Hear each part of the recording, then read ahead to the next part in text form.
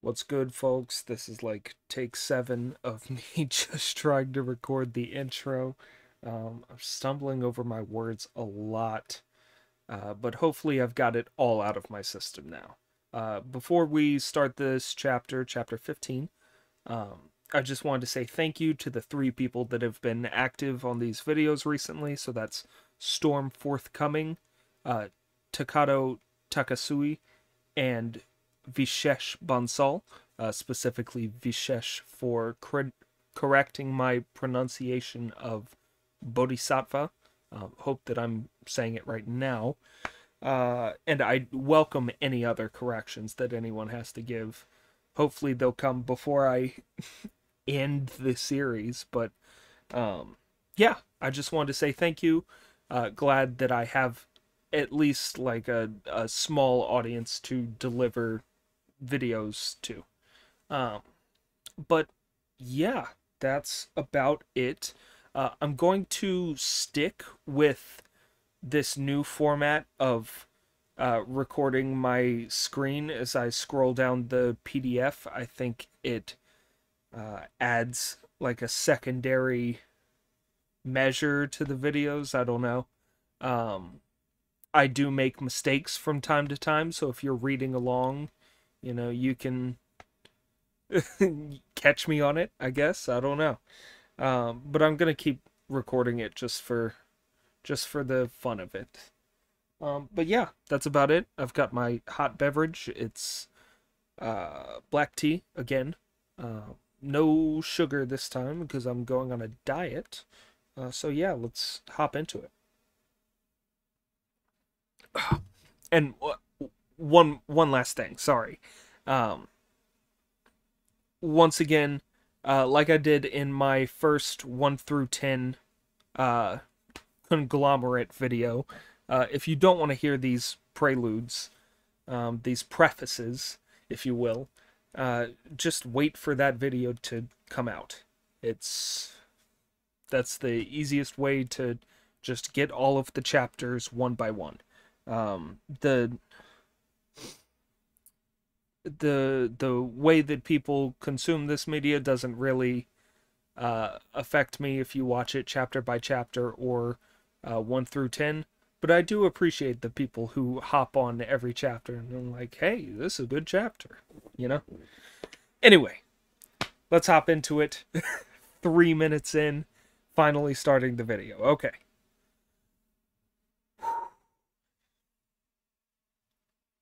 Chapter 15. On the coiled snake mountain, the gods give secret help. In the eagle's sorrow gorge, the thought horse is reined in. Monkey looked after the Tang priest as they headed west. They had been traveling for several days in the 12th month of the year, with its freezing north winds and biting cold. Their path wound along overhanging precipices and steep cliffs, and they crossed range after range of dangerous mountains. One day, Sanzang heard the sound of water as he rode along, and he turned around to shout, "Monkey, where's that sound of water coming from?"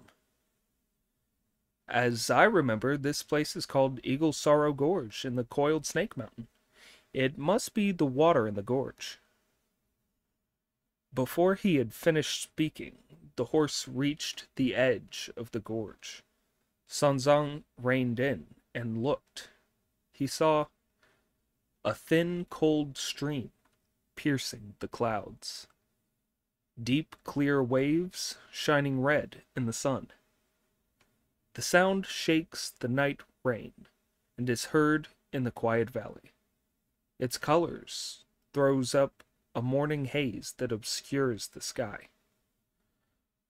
1,000 fathoms of flying waves spit jade. The torrent's roar howls in the fresh wind. The current leads to the misty waves of the sea. The egret and the cormorant never meet by a fisherman.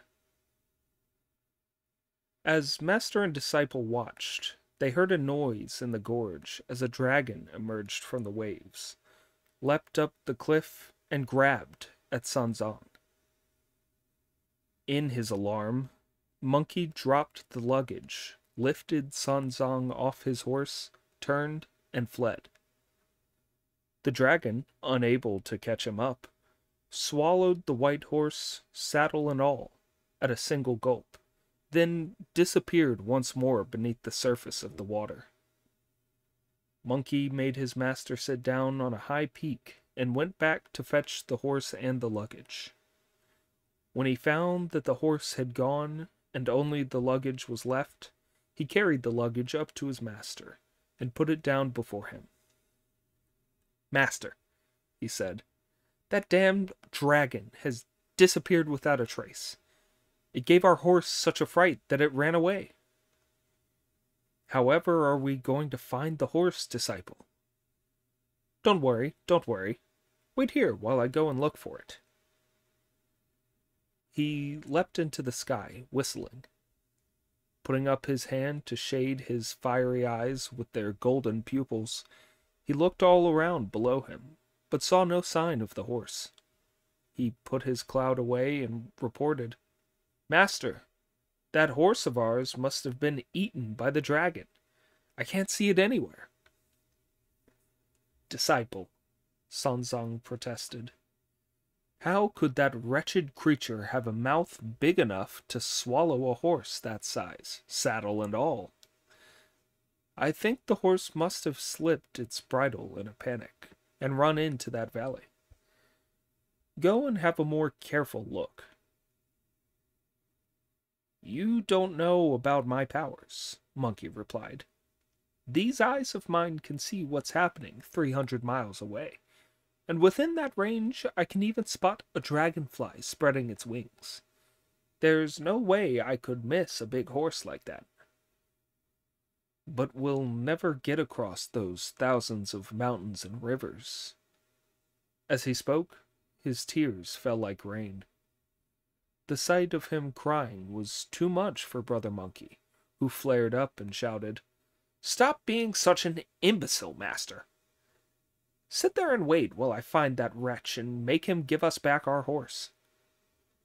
"You mustn't go," said Sanzang, grabbing hold of him. "I'm frightened that he'll come creeping out again and kill me this time. Then I'll be dead as well as the horse, and that would be terrible." This made Monkey angrier than ever, and he roared with a shout like thunder, "You're hopeless, absolutely hopeless! You want a horse to ride, but you won't let me go. This way you'll be sitting there looking at the luggage for the rest of your life." As he was yelling ferociously in a flaming temper, a voice was heard in the sky that said, "Don't be angry, great sage. Stop crying, younger brother of the Tang Emperor. We are gods sent by the Bodhisattva Guanyin to give hidden protection to the pilgrim who is fetching the scriptures." At these words, Sanzang immediately bowed, but Monkey said, "Tell me your names, you lot." "We are the 6 Dings, the 6 Jias, the revealers of the truth of the 5 regions, the 4 duty gods, and the 18 protectors of the faith. We shall take it in turns to be in attendance every day." "Who starts today?" "The Dings and Jias, the 4 duty gods, and the protectors of the faith will take turns. Of the revealers of the 5 regions, the gold-headed revealer will always be with you by day and by night." "Very well, then," said Monkey. "All those of you who are not on duty may withdraw. The 6 Ding heavenly generals, the duty god of the day, and the revealers of the truth will stay here to protect my master, while I shall go to find that evil dragon in the gorge and make him give our horse back." The gods all did as they were told, and Sanzang, now greatly relieved, sat on the cliff and gave Monkey detailed instructions. "There's no need for you to worry," said the splendid Monkey King, as he tightened the belt round his brocade tunic, folded up his tiger skin kilt, grasped his cudgel, went to the edge of the gorge, and stood amid clouds and mist above the water. "Give us back our horse, Mudloach! Give us back our horse!" he shouted. Now when the dragon had eaten Sanzang's horse, it lay low in the stream, hiding its miraculous powers, and nourishing its vital nature. When it heard someone shouting and cursing it, and demanding the horse back, it was unable to hold back its temper. Leaping up through the waves, it asked, "How dare you make so free with your insults?" The moment he saw it, Monkey roared, "Don't go! Give us back our horse!" and swung his cudgel at the dragon's head. Baring its fangs and waving its claws, the dragon went for him. It was a noble battle that the pair of them fought beside the ravine. The dragon stretched its sharp claws. The monkey raised his gold-banded cudgel. The beard of one hung in threads of white jade. The other's eyes flashed like golden lamps. The pearls and the dragon's beard gave off a colored mist, and the iron club in the other's hands danced like a whirlwind. One was a wicked son who had wronged his parents. The father, the evil spirit, who had worsted heavenly generals. Both had been through trouble and suffering, and now they were to use their abilities to win merit. Coming and going, fighting and resting, wheeling and turning, they battled on for a very long time, until the dragon's strength was exhausted and his muscles numb. Unable to resist any longer, it turned around, dived into the water, and lay low at the bottom of the stream.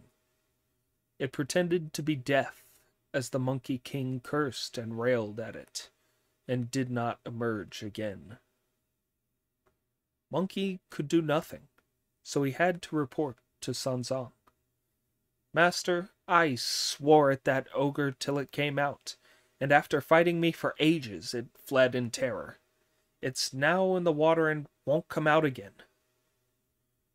"Are you sure that it really ate our horse?" Sanzang asked. "What a thing to say!" said Monkey. "If it hadn't eaten the horse, it wouldn't have dared to say a word or fight against me." "When you killed that tiger the other day, you said you had ways of making dragons and tigers submit to you. So, how comes it that you couldn't beat this one today?" Monkey had never been able to stand provocation, so when Sanzang mocked him this time, he showed something of his divine might. "Say no more! Say no more! I'll have another go at it, and then we'll see who comes out on top." The Monkey King leapt to the edge of the ravine, and used a magical way of throwing rivers and seas into turmoil to make the clear waters at the bottom of the Eagle's Sorrow Gorge as turbulent as the waves of the Yellow River in Spate. The evil dragon's peace was disturbed as he lurked in the depths of the waters, and he thought, "How true it is that blessings never come in pairs, and troubles never come singly. Although I've been accepting my fate here for less than a year since I escaped the death penalty for breaking the laws of heaven, I would have to run into this murderous devil." The more he thought about it, the angrier he felt, and unable to bear the humiliation a moment longer, he jumped out of the stream cursing, "Where are you from, you bloody devil, coming here to push me around?" Never you mind where I'm from, Monkey replied. I'll only spare your life if you give back that horse. That horse of yours is in my stomach, and I can't sick it up again, can I? I'm not giving it back. So what about it? If you won't give it back, then take this. I'm only killing you to make you pay for the horse's life. The two of them began another bitter struggle under the mountain, and before many rounds were up, the little dragon could hold out no longer. With a shake of his body, he turned himself into a water snake and slithered into the undergrowth. The Monkey King chased it with his cudgel in his hands, but when he pushed the grass aside to find the snake, the three gods inside his body exploded, and smoke poured from his 7 orifices. He uttered the magic word Om, thus calling out the local tutelary god, and the god of the mountain, who both knelt before him and reported their arrival. Put out your ankles, Monkey said, while I give you 5 strokes each of my cudgel to work off my temper. The 2 gods kowtowed and pleaded pitifully. We beg the great sage to allow us petty gods to report. What have you got to say? Monkey asked. We didn't know when you emerged after your long sufferings, great sage, they said, which is why we didn't come to meet you. We beg to be forgiven. In that case, Monkey said, I won't beat you, but I'll ask you this instead. Where does that devil dragon in the Eagle's Sorrow Gorge come from? And why did he grab my master's white horse and eat it? Great sage, you never had a master, said the 2 gods. And you were a supreme immortal with an undisturbed essence who would not submit to heaven or earth. So how does this master's horse come in? You 2 don't know that either, Monkey replied. Because of that business of offending against heaven, I had to suffer for 500 years. Now I've been converted by the Bodhisattva Guanyin, and she sent a priest who's come from the Tang Empire to rescue me. She told me to become his disciple and go to the Western Heaven to visit the Buddha and ask for the scriptures. As we were passing this way, we lost my master's white horse. Ah, so that's what's happening, the gods said. There never used to be any evil creatures in the stream, which ran wide and deep with water so pure that crows and magpies never dared to fly across it. This was because they would mistake their own reflections in it for other birds of their kind, and often go plummeting into the water. That's why it's called Eagle's Sorrow Gorge. Last year, when the Bodhisattva Guanyin was on her way to find a man to fetch the scriptures, she rescued a jade dragon and sent it to wait here for the pilgrim, without getting up to any trouble. But when it's hungry, it comes up on the bank to catch a few birds, or a roe deer to eat. We can't imagine how it could be so ignorant as to clash with the great sage. The first time he and I crossed swords, we whirled around for a few rounds, Brother Monkey replied. The second time I swore at him, but he wouldn't come out, so I stirred up his stream with a spell to throw rivers and seas into turmoil, after which he came out and wanted to have another go at me. He didn't realize how heavy my cudgel was, and he couldn't parry it, so he changed himself into a water snake and slithered into the undergrowth. I chased and searched for him, but he's vanished without a trace. Great sage, you may not be aware that there are thousands of interconnected tunnels in this ravine, which is why the waters here run so deep. There is also a tunnel entrance round here that he could have slipped into. There's no need for you to be angry, great sage, or to search for it. If you want to catch the creature, all you have to do is to ask Guanyin to come here, and it will naturally submit. On receiving this suggestion, Monkey told the local deity and the mountain god to come with him to see Sanzang and tell him all about what had happened previously. If you go to ask the Bodhisattva to come here, when will you ever be back? He asked, adding, I'm terribly cold and hungry. Before the words were out of his mouth, they heard the voice of the gold-headed revealer shouting from the sky. Great sage, there's no need for you to move. I'll go and ask the Bodhisattva to come here. Monkey, who was delighted, replied, This is putting you to great trouble, but please be as quick as you can. The revealer then shot off on his cloud to the southern sea. Monkey told the mountain god and the local deity to protect his master, and sent the duty god of the day to find some vegetarian food, while he himself patrolled the edge of the ravine. The moment the gold-headed revealer mounted his cloud, he reached the southern sea. Putting away his propitious glow, he went straight to the purple bamboo grove on the island of Podoraka, where he asked the golden armor Divas and Moxa to get him an audience with the Bodhisattva. What have you come for? The Bodhisattva asked. The Tang priest, the revealer replied, has lost his horse in the Eagle's Sorrow Gorge, and the great sage Sun Wukong is desperate because they can neither go forward nor back. When the great sage asked the local deity, he was told that the evil dragon you sent to the ravine, Bodhisattva, had swallowed it.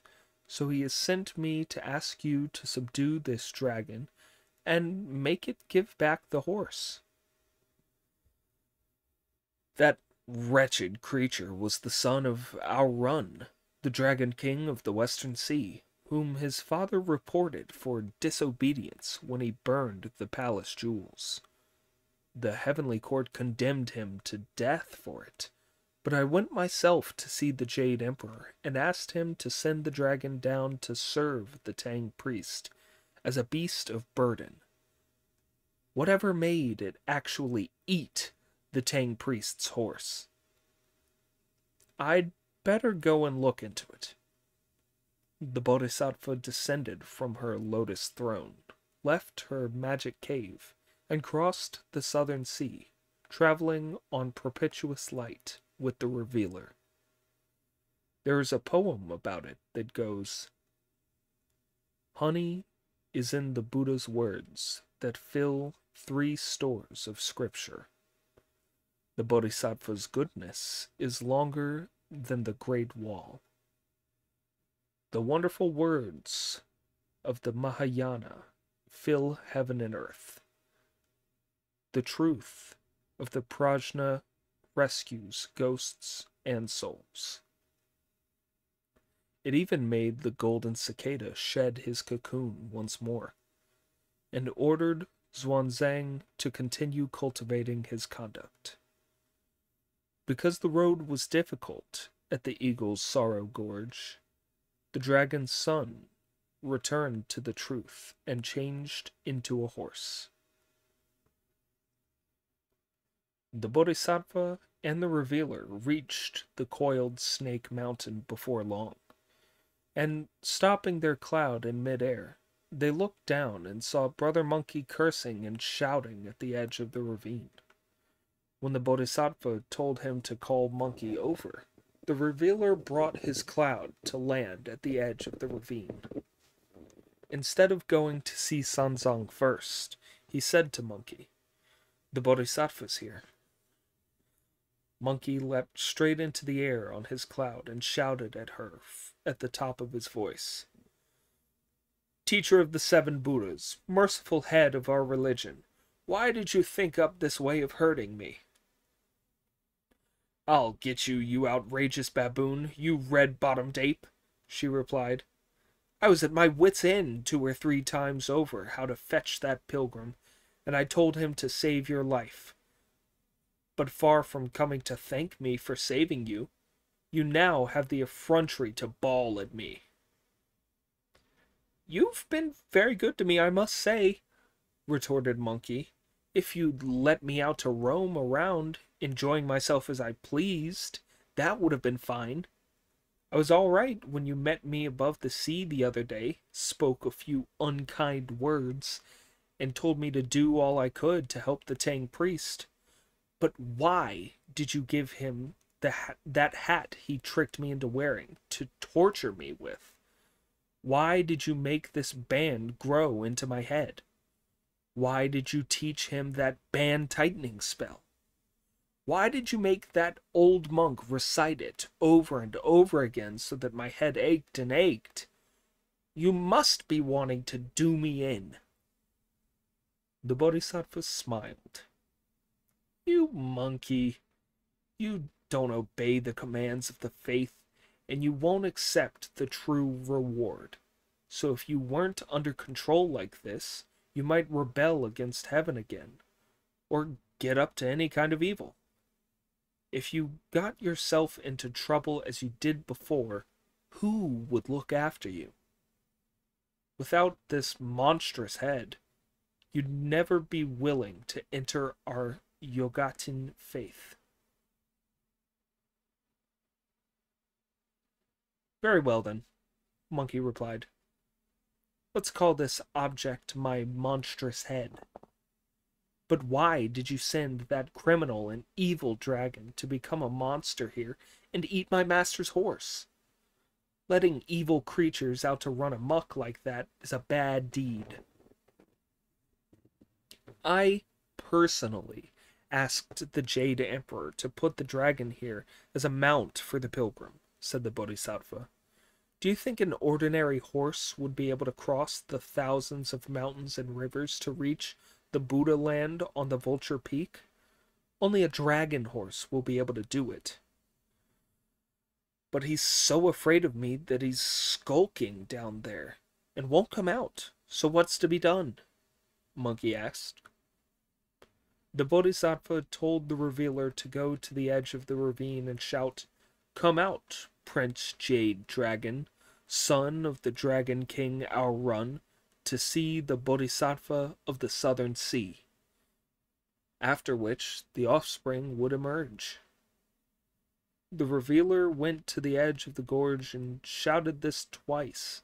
Immediately, the young dragon leapt up through the waves, took human form, stepped on a cloud, and greeted the Bodhisattva in midair.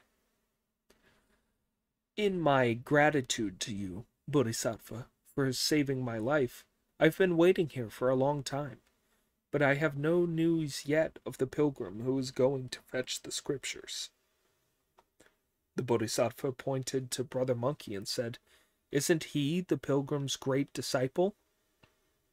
He's my enemy, the young dragon replied when he looked at him. I ate his horse yesterday because I was starving, so he used some powers of his to fight me till I returned exhausted and terrified. Then swore at me so that I had to shut myself in, too frightened to come out. He never said a word about anyone fetching scriptures. You never asked my name, so how could I have told you? Monkey retorted. I asked you, Where are you from, you bloody devil?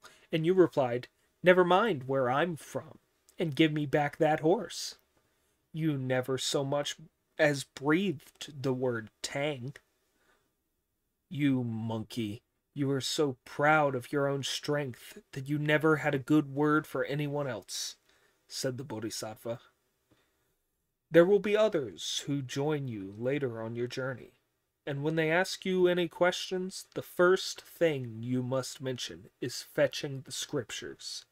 If you do that, You'll have their help without any trouble at all." Monkey was happy to accept instruction from her. The Bodhisattva then went forward, broke off some of the pearls from the dragon's head, soaked the end of her willow twig in the sweet dew in her bottle, sprinkled it on the dragon's body, and breathed on it with magic breath, shouted, and the dragon turned into the exact likeness of the original horse.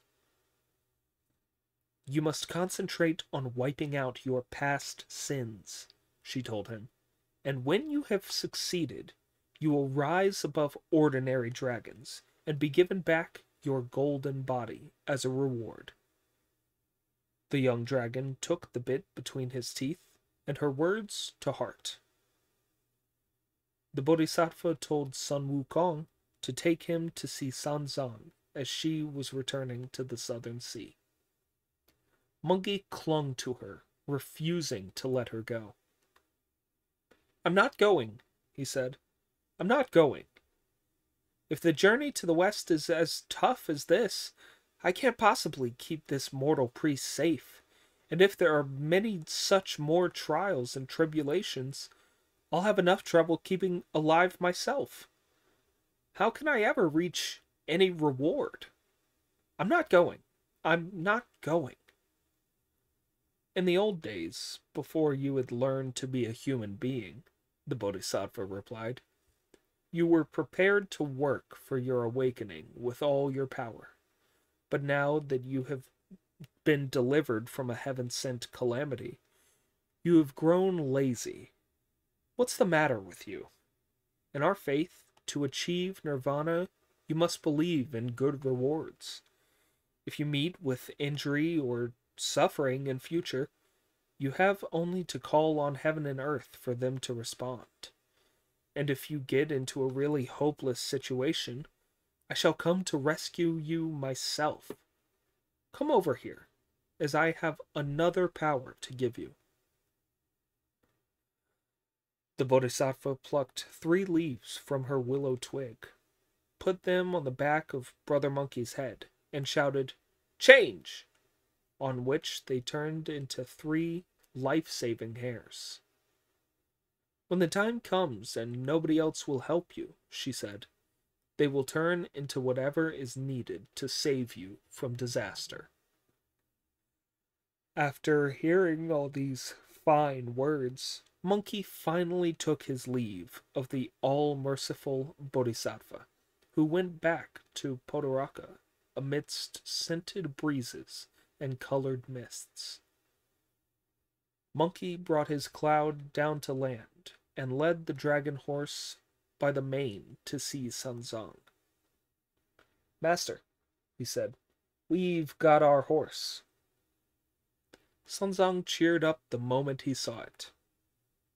"Why is it sturdier than it was before?" he asked. "Where did you find it?" "Master, you must have been dreaming. The golden-headed revealer asked the Bodhisattva to come here, and she turned the dragon in the gorge into our white horse. The coloring is the same, but it hasn't got a saddle or a bridle, which is why I had to drag it here." Sanzang was astounded. "Where's the Bodhisattva? I must go and worship her," he said.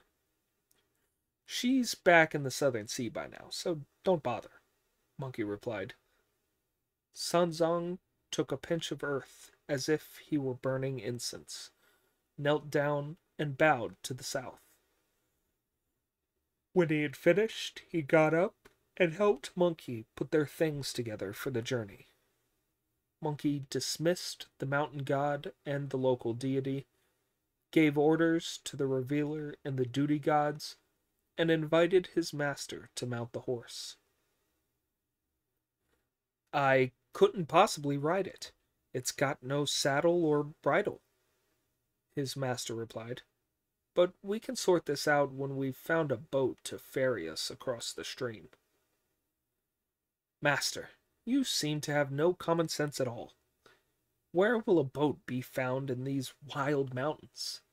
This horse has lived here for a long time and is bound to know the currents, so you can ride him and use him as your boat. Sanzong had no choice but to do as Monkey suggested, and ride the horse bareback to the edge of the stream, while Monkey carried the luggage. An aged fisherman appeared upstream, punting a raft along with the current. As soon as he saw him, Monkey waved his hand and shouted, "Come here, fisherman, come here! We're from the east, and we're going to fetch the scriptures. My master is having some trouble crossing the river, so come and ferry him over." The fisherman punted towards them with all speed, while Monkey asked Sanzong to dismount and helped him on board the raft. Then he led the horse on and loaded the luggage, after which the fisherman pushed off and started punting with the speed of an arrow. Before they realized it, they had crossed the Eagle's Sorrow Gorge and were on the western bank. When Sanzong told Brother Monkey to open the bundle and find a few great Tang coins and notes to give the fisherman, the old man pushed his raft off from the shore with the words, "I don't want your money. I don't want your money," and drifted off into midstream. Sanzong was most upset, but could do nothing except put his hands together and thank him. "There's no need to thank him, master," Monkey said. "Can't you see who he is? He's the water god of this stream, and I should be giving him a beating for not coming to welcome me.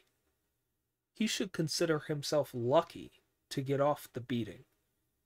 How could he possibly expect Monkey to?" His master, who was only half convinced, mounted the saddleless horse once more and followed Monkey to join the main path. And then they hurried on towards the west. Indeed, the great truth landed on the opposite bank. The sincere heart and complete nature climbed Vulture Peak. As disciple and master went forward together, the sun slipped down in the west, and evening drew in. Pale and ragged clouds, the moon dim over the mountains. As the cold frost fills the heavens, and the wind's howl cuts through the body. With the lone bird gone, the gray island seems vast. Where the sunset glows, the distant mountains are low. In the sparse forests, 1,000 trees moan. On the deserted peak, a lonely ape screams. The path is long and bears no footprints, as the boat sails thousands of miles into the night. As Sanzong was gazing into the distance from the back of his horse, he noticed a farmhouse beside the path. "Monkey," he said, "let's spend the night in the house ahead of us, and go on in the morning." Monkey looked up and replied, "Master, it's not a farmhouse." "Why not?" "A farmhouse wouldn't have all those decorative fishes and animals on the roof. It must be a temple or a nunnery." As they were talking, they reached the gate, and when Sanzong dismounted, he saw the words "Temple of the Ward Altar" written large above the gate, and went inside.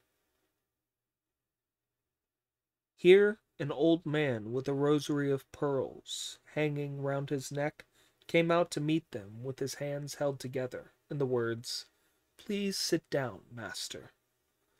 Sanzong quickly returned his courtesies and entered the main building to pay his respects to the divine image. The old man told a servant to bring tea, and when that had been drunk, Sun Zong asked the old man why the temple was dedicated to the ward altar.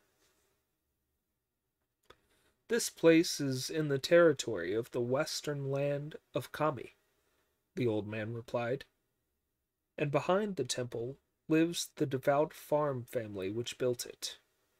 Ward means the ward of a village, and the altar is the altar of the local tutelary deity. At the time of the spring plowing, the summer weeding, the autumn harvest, and the storing away in winter, they all bring meat, flowers, and fruit to sacrifice to the altar. They do this to ensure good fortune throughout the 4 seasons, a rich crop of the 5 grains, and good health for the 6 kinds of livestock. On hearing this, Sunzong nodded and said in approval, "How true it is that go 3 miles from home, and you're in another land. We have nothing as good as this in our country." The old man then asked him where his home was. "I come from the land of the great Tang in the east," Sunzong replied, "and I have imperial orders to go to the western heaven to worship the Buddha and ask for the scriptures. As our journey brought us this way, and it is almost night, we have come to this holy temple to ask for a night's lodging. We shall set off at dawn." The old man, who was very pleased to hear this, apologized profusely for having failed in his hospitality, and told the servant to prepare a meal. When Sanzong had eaten, he thanked the old man. Monkey's sharp eyes had noticed a clothesline under the eaves of the building. He went over, tore it down, and hobbled the horse with it. "Where did you steal that horse from?" the old man asked with a smile. "You don't know what you're talking about," Monkey replied. "We're holy monks going to visit the Buddha, so how could we possibly steal a horse?" "If you didn't steal it," the old man continued, the smile still on his lips, "then why do you have to break my clothesline because it's got no saddle, bridle, or reins?" Sanzong apologized for Monkey and said to him, "You're too impatient, you naughty monkey. You could have asked the old gentleman for a piece of rope to tether the horse with. There was no need to snap his clothesline. Please don't be suspicious, sir," Sanzong went on, addressing the old man. "This horse isn't stolen, I can assure you. When we reached the Eagle's Sorrow Gorge yesterday, I was riding a white horse, complete with saddle and bridle. We did not know that there was an evil dragon in the stream who had become a spirit, and this dragon swallowed my horse, saddle, bridle, and all, in a single gulp. Luckily, this disciple of mine has certain powers, and he brought the Bodhisattva Guanyin to the side of the gorge, where she caught the dragon and changed it into a white horse, exactly like the original one, to carry me to the western heaven to visit the Buddha. It's been less than a day from when we crossed that stream to when we reached your holy shrine, sir, and we haven't yet saddle or bridle for it." "Please don't be angry, father. I was only joking," the old man replied. "I never thought your respected disciple would take it seriously.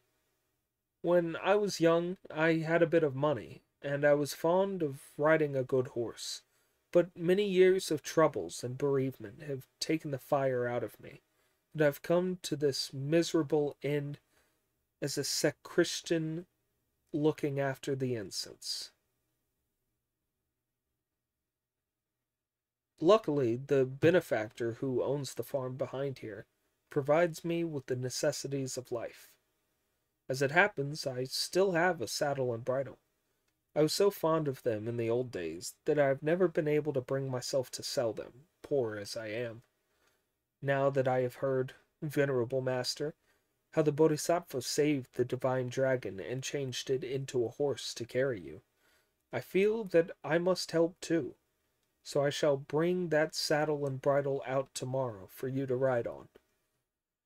I beg you to be gracious enough to accept them." Sunzong thanked him effusively. The servant boy had by now produced the evening meal, and when it was over they spread out their bedding, lamp in hand, and all went to sleep. When Monkey got up the next morning, he said, "Master, that old sacristan promised us the saddle and bridle last night. You must insist and not let him off." Before the words were out of his mouth, the old man appeared with the saddle and bridle in his hands, as well as saddle cloth, saddle pad, reins, muzzle, and all other trappings for a horse. Nothing was missing. As he put it all down in front of the veranda, he said, "Master, I humbly offer this saddle and bridle." When Sanzang saw them, he accepted them with delight. Then he told Monkey to put them on the horse to see if they fitted him. Monkey went over and picked them up to look at them one by one. They were all fine pieces. There are some verses to prove it that go, "The well-carved saddle shines with silver stars. The jeweled stirrups gleam with golden light. Several layers of saddle pads are made from wool. The lead rope is plaited from purple silk. The reins are inlaid with flashing flowers. The blinkers have dancing animals outlined in gold. The bit is made of tempered steel, and woolen tassels hang from either end." Monkey, who was secretly very pleased, put the saddle and bridle on the horse, and found that they fitted as if they had been made to measure. Sanzang knelt and bowed to the old man in thanks, at which the old man rushed forward and said, "No, no, how could I allow you to thank me?" The old man did not try to keep them a moment longer, and bade Sanzang mount the horse. When he was out of the gate, Sanzang climbed into the saddle, while Monkey carried the luggage. The old man then produced a whip from his sleeve and offered it to Sanzang as he stood beside the road. Its handle was of rattan bound with leather, and its thong of tiger sinew bound at the end with silk. "Holy monk," he said, "I would also like to give you this as you leave." As Sanzang took it sitting on horseback, he thanked the old man for his generosity.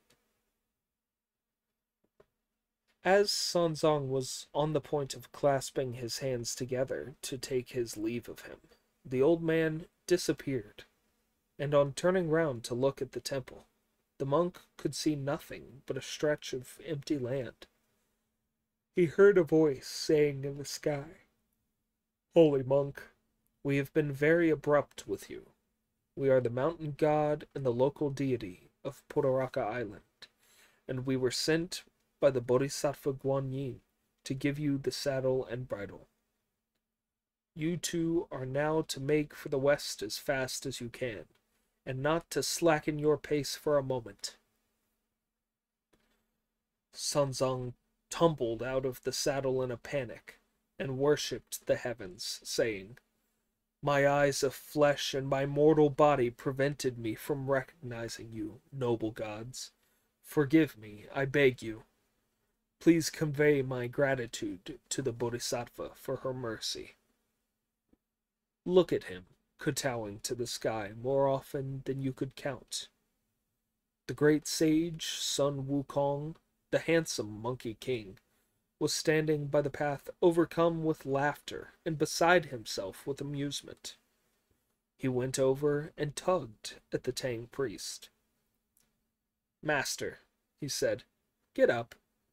They're already much too far away to hear your prayers or see your kowtows.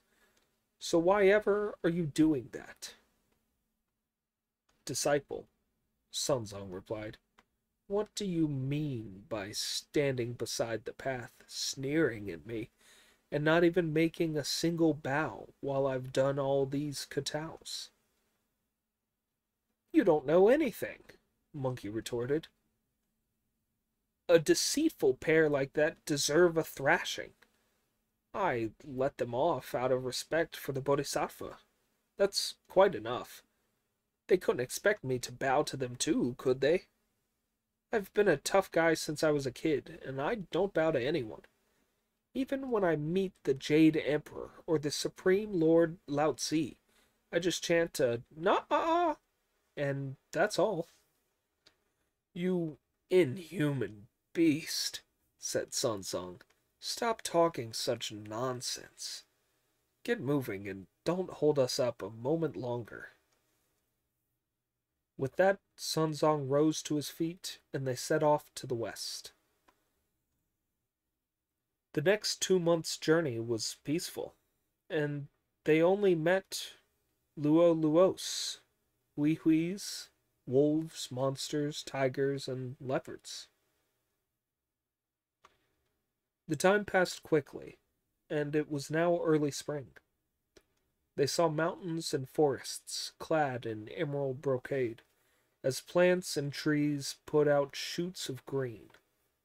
And when all the plum blossom had fallen, the willows started coming into leaf. Master and disciple traveled along, enjoying the beauties of spring, and they saw that the sun was setting in the west. Sanzan reined in his horse to look into the distance, and in the fold of a mountain he dimly discerned towers and halls. "Wukong," he said, "can you see if there's anywhere we can go there?" Monkey looked and said, "It must be a temple or a monastery. Let's get there quickly and spend the night there." Sanzong willingly agreed, and giving his dragon horse a free rein, he galloped towards it. If you don't know what sort of palace it was that they were going to, listen to the explanation in the next installment.